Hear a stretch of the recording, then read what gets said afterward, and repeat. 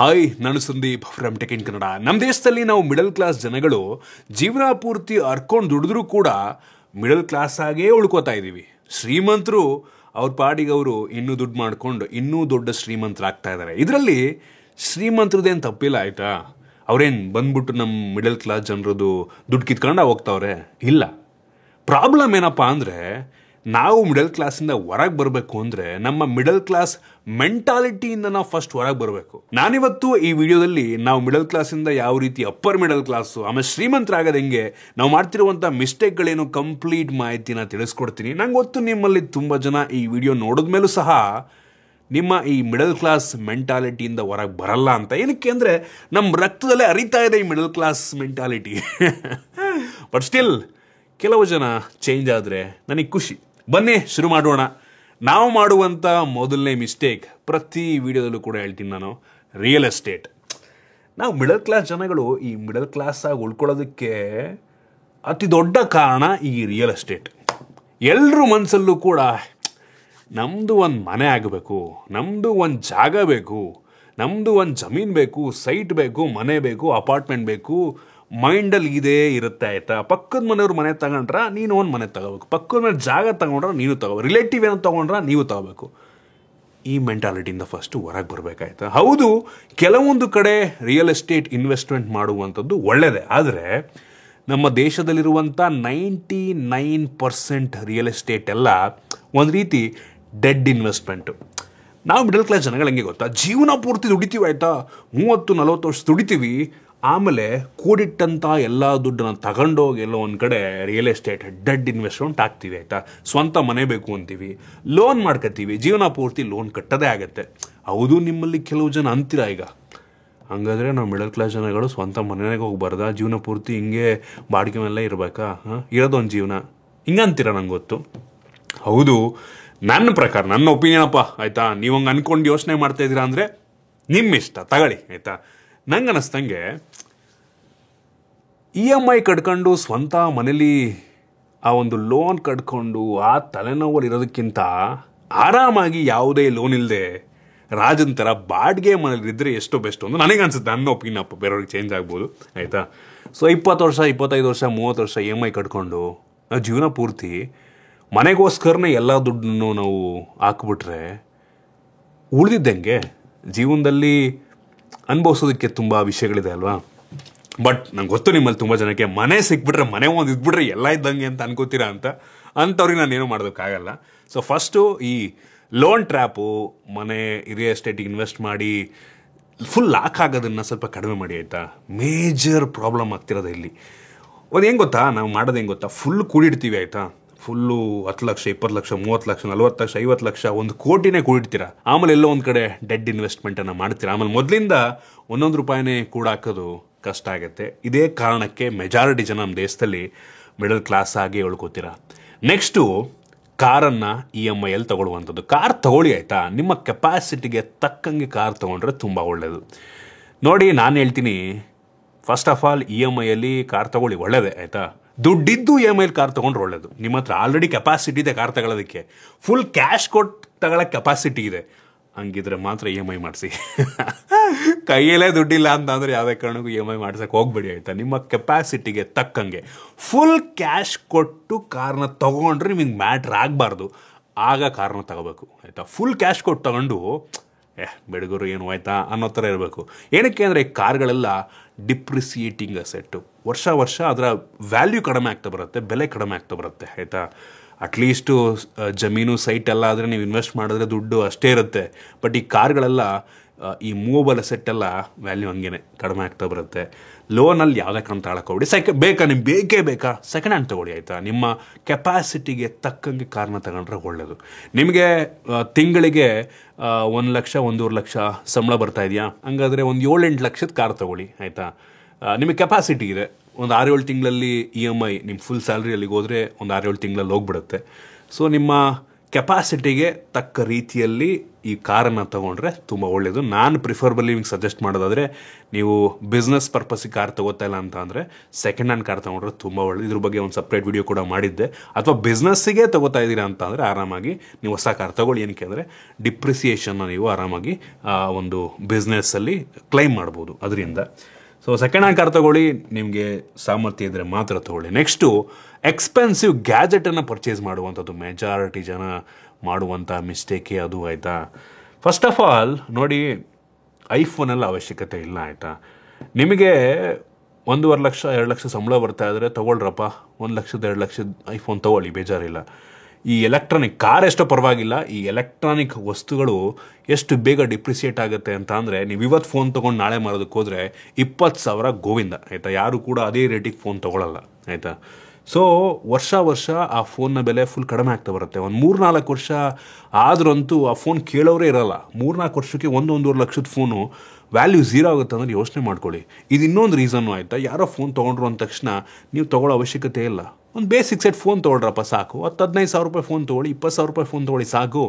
ಏನಕ್ಕೆ 80-90 ಸಾವಿರ 1-1.5 ಲಕ್ಷ ರೂಪಾಯಿಂದು ಐಫೋನೇ ಹಾಕಬೇಕು? ಮೆಜಾರಿಟಿ ಜನ ಮಾಡೋ ಮಿಸ್ಟೇಕ್ ಅದು. ನಮ್ಮ ದೇಶದಲ್ಲಿ 70-80% ಜನ ಐಫೋನ್ ತೊಗೊಂಡ್ರೆ EMIಯಲ್ಲೇ ಫೋನ್ ತಗೊಳ್ಳೋದಂತೆ. EMIಯಲ್ಲಿ ಯಾಕೆ ಬೇಕು ಗುರು? ಬರೀ ಫೋನ್ ಅಷ್ಟೇ ಅಲ್ಲ, ಲ್ಯಾಪ್ಟಾಪ್ ಆಗಿರ್ಬೋದು, TV ಆಗಿರ್ಬೋದು, ನಿಮಗೆ ನೆಸಸರಿ ಇದ್ದರೆ ಮಾತ್ರ ಪರ್ಚೇಸ್ ಮಾಡೋದು ಒಳ್ಳೆಯದು, ಆಯಿತಾ. ಸ್ವಲ್ಪ ದಿನ ವೆಯ್ಟ್ ಮಾಡಿ, ಆಯಿತಾ. ಸಡನ್ನಾಗಿ ಬೇಕು ಅಂದ ತಕ್ಷಣ ತಗೊಂಬಿಡೋದಲ್ಲ. 1 ತಿಂಗಳು ವೆಯ್ಟ್ ಮಾಡಿ, ಸ್ಟಿಲ್ ನಿಮಗೆ ನೆಸಸರಿ ಅನ್ನಿಸ್ತಾ ಇದೆ, ಬೇಕೇ ಬೇಕು ಅನ್ನಿಸ್ತಾ ಇದೆ ಅಂತ ಅಂದರೆ ಪರ್ಚೇಸ್ ಮಾಡೋದು ಒಳ್ಳೆಯದು. ನಿಮ್ಮ ಕೆಪಾಸಿಟಿಗಿಂತ ಜಾಸ್ತಿ ಈ ಯಾವ ವಸ್ತುವನ್ನು ಕೂಡ ಪರ್ಚೇಸ್ ಮಾಡಬೇಕು. ಸೈಟ್ ಆದರೂ ಆಗಿರ್ಬೋದು, ಮನೆ ಆದರೂ ಆಗಿರ್ಬೋದು, ಕಾರ್ ಆದರೂ ಆಗಿರ್ಬೋದು, ಅಥವಾ ಈ ಫೋನ್ಸು ಗ್ಯಾಜೆಟ್ಸ್ ಏನಾದರೂ ಆಗಿರ್ಬೋದು. Next life style. ಇದು ನಮ್ಮ ಮಿಡಲ್ ಕ್ಲಾಸ್ ಜನಗಳದ್ದು ಬಿಗ್ಗೆಸ್ಟ್ ಪ್ರಾಬ್ಲಮ್, ಆಯಿತಾ. ಪಕ್ಕದ ಮನೆ ಏನಾರು ತಗೊಂಡ ನಾನು ತಗೋಬೇಕು, ಆಯಿತಾ. ಅವ್ರು ಏನಾರ ಮನೆ ತಗೊಂಡು ನಾನು ತಗೋಬೇಕು, ಕಾರ್ ತಗೊಂಡು ನಾನು ತಗೋಬೇಕು. ತುಂಬ ಜನ ಮಾಡೋ ಮಿಸ್ಟೇಕೆ ಇದು, ಆಯಿತಾ. ಅವ್ನಿಗೆ ಏನಾರ ತಗೊಂಡು ಹಾಳಾಗೋಲಿ, ನಿಮ್ಗೆ ಏನಾಗಿದೆ, ಅವ್ರನ್ನ ಯಾಕೆ ಇಂಪ್ರೆಸ್ ಮಾಡೋಕೆ ಹೋಗ್ತೀರಾ? ಮದುವೆ ಅವ್ರು ಯಾರು ಚೆನ್ನಾಗಿ ಮಾಡಿದ್ರು ನೀವು ಹಂಗೆ ಮಾಡಬೇಕು. ಅಯ್ಯೋ ಏನಂತಾರೆ, ಬಿಟ್ಟಾಕಿ ಫಸ್ಟ್ ಏನಂತಾರೆ ಅನ್ನೋದನ್ನು ಬಿಟ್ಟಾಕಿ. ನಮ್ಮ ಮಿಡಲ್ ಕ್ಲಾಸ್ ಏನಂದ್ರೆ ಪ್ರಾಬ್ಲಮ್ಮೇ ಅದು.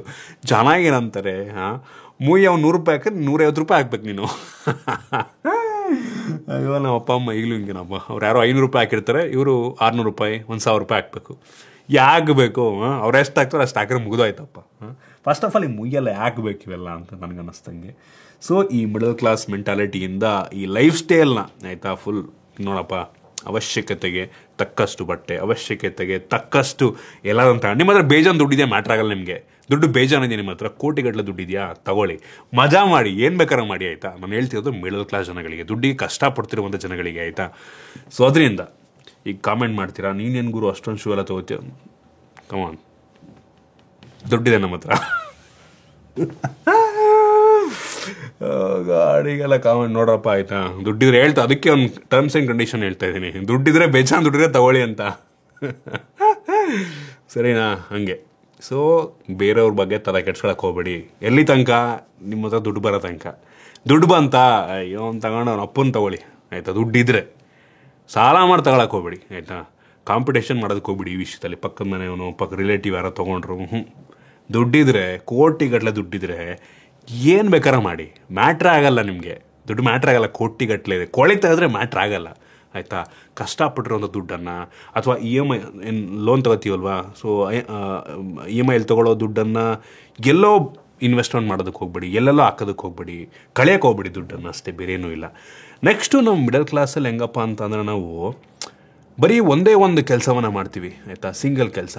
ನಾವು ಹೆಂಗೆ ಯೋಚನೆ ಮಾಡ್ತೀವಿ ಅಂದರೆ, ಸಂಜೆ ಏನೋ ಒಂದು ಮಾಮೂಲಿ ಒಂದು ಮೇನ್ ಕೆಲಸ ಮಾಡಿಕೊಂಡು, ಅದಾದಮೇಲೆ ಸಂಜೆ ಎಲ್ಲೋ KFCನಲ್ಲೋ ಮೆಕ್ಡೊನಾಲ್ಡ್ಸಲ್ಲೋ ಅಥವಾ ಏನೋ ಡೆಲಿವರಿ ಕೆಲಸನೋ ಏನೋ ಮಾಡಿದ್ರೆ ಅದನ್ನು ನಾವು ತುಂಬ ಕೆಳಗೆ ನೋಡ್ತೀವಿ. ಆ ಕೆಲಸ ಮಾಡಬೇಕಾ?